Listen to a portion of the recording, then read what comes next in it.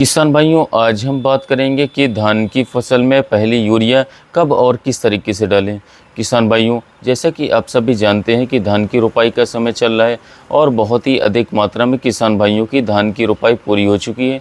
अब धान की फसल में खाद डालने का समय चल रहा है। हमें अपने धान की फसल में कितने दिन पर पहली खाद डालना चाहिए और पहली खाद में हमें क्या क्या मिला करके डालना चाहिए, यूरिया के साथ हमें कौन कौन सी खाद को मिला करके डालना चाहिए, कितनी मात्रा में डालना चाहिए, किस कंपनी की लेनी चाहिए और कितनी मात्रा में लेना चाहिए, इसके बारे में दोस्तों आज हम आपको इस वीडियो में पूरी जानकारी देने वाले हैं। आपको सिर्फ क्या करना है दोस्तों, वीडियो को शुरू से अंत तक ज़रूर देखना है, अपने किसान मित्रों के साथ शेयर कर देना है, जिससे कि वह भी इस संपूर्ण जानकारी को प्राप्त कर लें और अपने धान की फसल में समय पर खाद डाल सकें। और दोस्तों, अगर आपको वीडियो अच्छा लगे तो चैनल को सब्सक्राइब कर दीजिएगा, वीडियो को लाइक कर दीजिएगा और अपने किसान मित्रों के साथ ज़रूर शेयर कर दीजिएगा, जिससे कि उनका भी फ़ायदा हो जाए।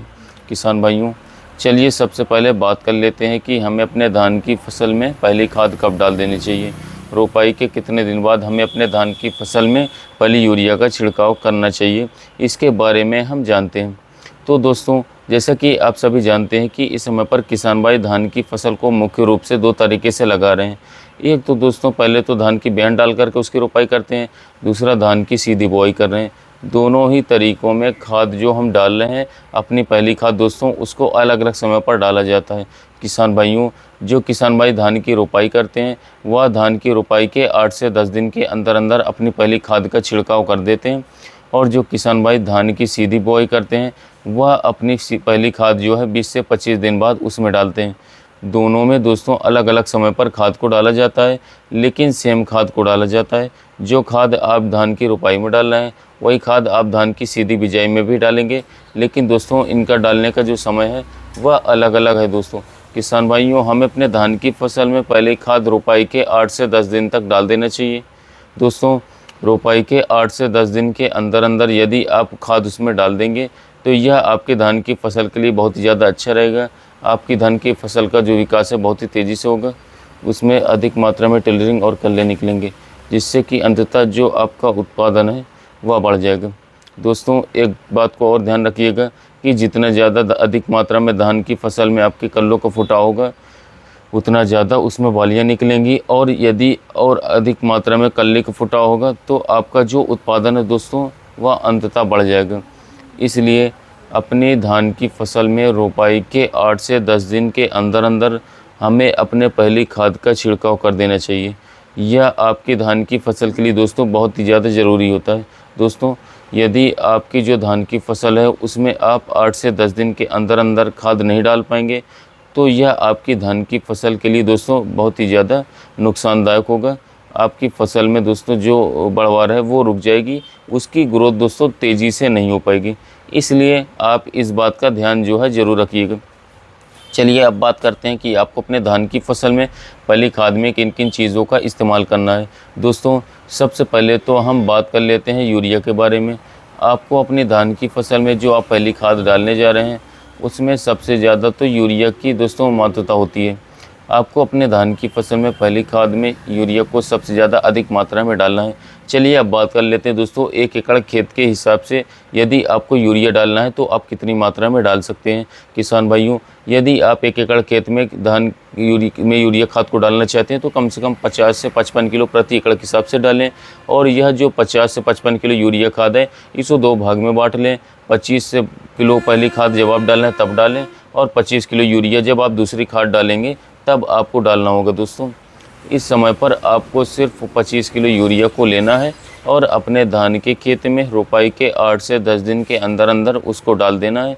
और अब बात कर लेते हैं दोस्तों कि यूरिया के अलावा आप कौन कौन सी खाद को डाल सकते हैं। किसान साथियों, यूरिया के अलावा आप 2 सबसे महत्वपूर्ण तत्व होता है, एक होता है जिंक और दूसरा होता है सल्फ़र, जो आपकी धान की फसल में पहली खाद में बहुत ज़्यादा आवश्यक होता है, जो रोपाई के 8 से 10 दिन के अंदर अंदर धान की फसल को मिल जाना चाहिए। दोस्तों, जिंक और सल्फ़र क्या काम करता है, चलिए हम इसके बारे में जान लेते हैं।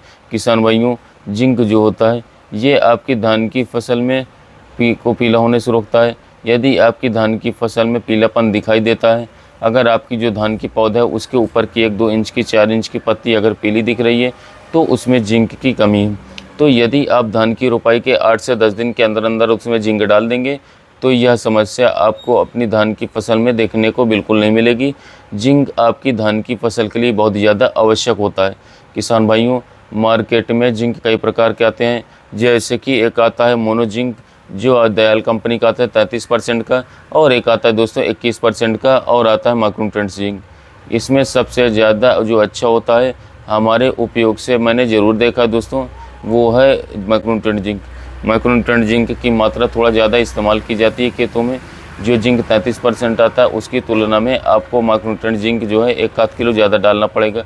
लेकिन माइक्रोन्यूट्रिएंट जिंक में ये फ़ायदा होता है कि उसमें जिंक के अलावा भी और जो तत्व होते थे, जैसे कि आयरन हो गया, कॉपर हो गया, बोरॉन हो गया, मैग्नीशियम हो गया, कैल्शियम हो गया, ये सब तत्व भी मिल जाते हैं जो आपकी धान की फसल के लिए बहुत ज़्यादा बहुमूल्य होते हैं।